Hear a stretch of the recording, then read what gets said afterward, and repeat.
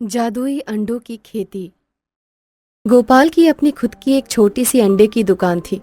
तो वहीं थोड़ी ही दूर पर विक्रम नाम के एक व्यक्ति की भी अंडे की दुकान थी। गोपाल के अंडे की दुकान काफी चला करती थी। इस बात से विक्रम को गोपाल से काफी घृणा भी होती थी। ऐसे ही एक दिन विक्रम की पत्नी दुकान पर आ जाती है और विक्रम से बोलती है, अरे तुम क्या करते हो सारा दिन दुकान पर? तुम्हारे पास मक्खी मारने के अलावा और कोई दूसरा काम नहीं है। तुमने देखा नहीं, गोपाल की दुकान पे हर समय कितनी भीड़ लगी रहती है। अरे इतनी गर्मी में भी लोग गोपाल के अंडे ही खरीदते हैं। अरे अगर लोग गोपाल के अंडे खरीदते हैं तो इसमें मेरी क्या गलती है? मैं तो हर वो कोशिश करता हूँ जिससे लोग उस गोपाल के अंडे ना लेकर मुझसे अंडे लें, परंतु ये लोग हैं कि गोपाल से ही अंडे लेते रहते हैं। मैंने तुम्हें कितनी बार बोला है, पुराने और सस्ते अंडे मत लाया करो।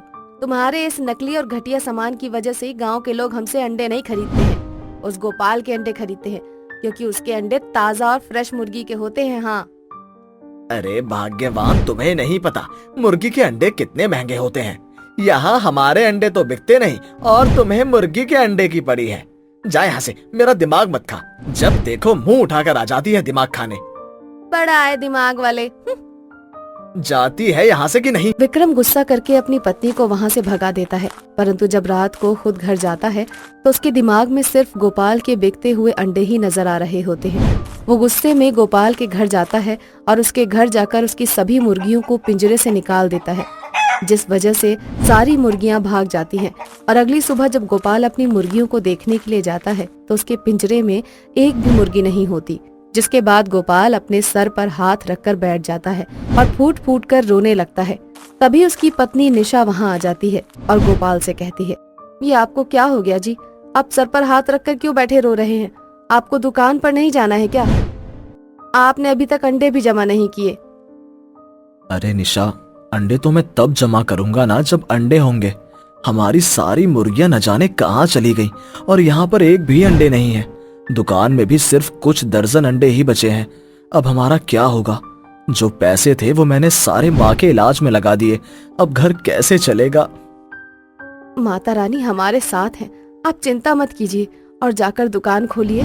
जितने अंडे हैं उतने ही आज बेच दीजिए। लेकिन निशा, मैं बोल रही हूँ ना, जाइए गोपाल जी, भगवान जो करते हैं सब अच्छे के लिए करते हैं। निशा के बोलने पर गोपाल दुकान खोलता है। तभी वहाँ एक बूढ़ी औरत आती है और गोपाल से कहती है, बेटा, आज मेरे घर में बहुत सारे मेहमान आए हैं और उन सभी की यही इच्छा है कि वो अंडे ही खाएंगे। पर बेटा, मेरे पास इतने पैसे नहीं हैं कि मैं इतने सारे अंडे खरीद सकूं। बेटा, तुम मुझे कुछ दर्जन अंडे दे दो।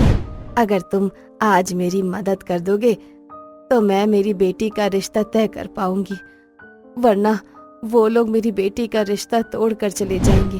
बेटा, मैं तुम्हारे आगे हाथ जोड़ती हूँ, मेरी इतनी सी मदद कर दो। अरे अम्मा, आप ये क्या कर रही हैं? आप तो मुझे शर्मिंदा कर रही हैं। आप ये सारे अंडे ले जाइए, पैसों का क्या है?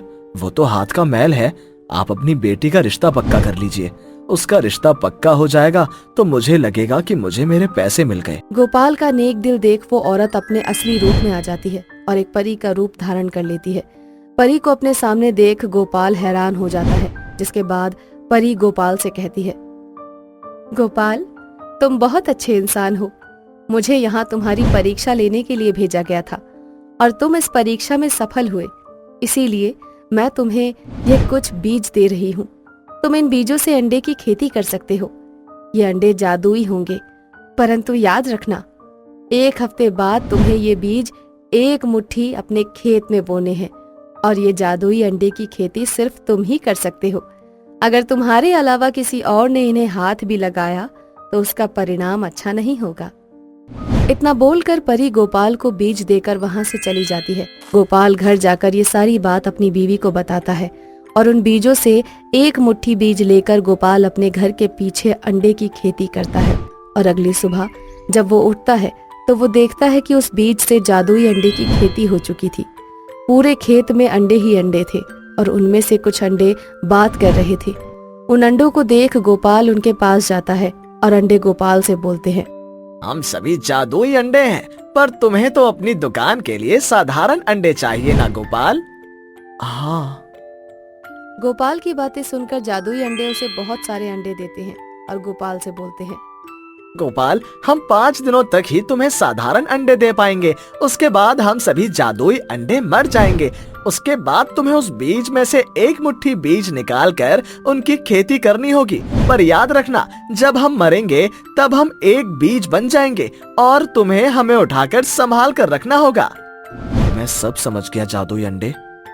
गोपाल अब ऐसा ही करता है, परंतु विक्रम की बीवी ये सब देख लेती है और उसे जादुई अंडे की खेती के बारे में पता चल जाता है। जिसके बाद वो गोपाल के घर जाती है और उसके घर से कुछ बीज चोरी करके ले आती है और सारी बात विक्रम को बताती है। जिसके बाद विक्रम एक बार में ही सारे बीज खेत में बो देता है और अगली सुबह जब वो लोग उठते हैं तो वो देखते हैं कि उसका पूरा घर और पूरी जमीन अंडों से भरी पड़ी है और वे सभी अंडे काफी गुस्से में हैं। जिसके बाद वो सभी अंडे विक्रम और उसकी पत्नी को मारने के लिए आगे बढ़ने लगते हैं। तभी विक्रम गोपाल को आवाज लगाता है, गोपाल भाई, हमारी मदद करो। हमसे बहुत बड़ी भूल हो गई। हमें इन जादुई अंडों से बचा लो, नहीं तो ये जादुई अंडे हमें अंडे बना देंगे।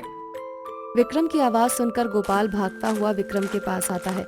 जिसके बाद गोपाल हाथ जोड़कर जल्दी अंडों से बोलता है, ये जादुई अंडे, गलतियां तो इंसान से ही होती हैं और एक छोटी गलती इनसे भी हो गई, पर अब इन दोनों को अपनी गलती पर पछतावा है। इसलिए मैं चाहता हूँ कि जादुई अंडे, तुम इनको माफ कर दो। इन्हें इनके किए की सजा मिलकर ही रहेगी। जब तक इन्हें इनके किए की सजा नहीं मिलती और ये खुद एक अंडे नहीं बन जाते, तब तक इनका लालच खत्म नहीं होगा। हे जादुई अंडे, मैं समझ सकती हूँ, परंतु मैं और मेरे पति नहीं चाहते कि हमारी वजह से किसी की जान जाए या वो अंडे बने। इसीलिए हमारी आपसे विनती है कि आप अपना गुस्सा त्याग दें और इन दोनों मूर्ख इंसानों को क्षमा कर दें। ठीक है, मैं इन दोनों को माफ कर रहा हूँ, सिर्फ और सिर्फ तुम दोनों के कहने पर, वरना आज मैं उन्हें अंडा बना देता। इतना बोलकर सभी जादुई अंडे एक बीज बन जाते हैं। जिसके बाद गोपाल उन सभी बीजों को उठाकर अपने घर ले आता है। अब विक्रम और उसकी पत्नी भी लालच करना बंद कर देते हैं और अपनी किसी और चीज की दुकान खोल लेते हैं। तो वहीं गोपाल अपने जादुई अंडों की खेती करता है और इसी तरह से अपनी जिंदगी को जीने लगता है।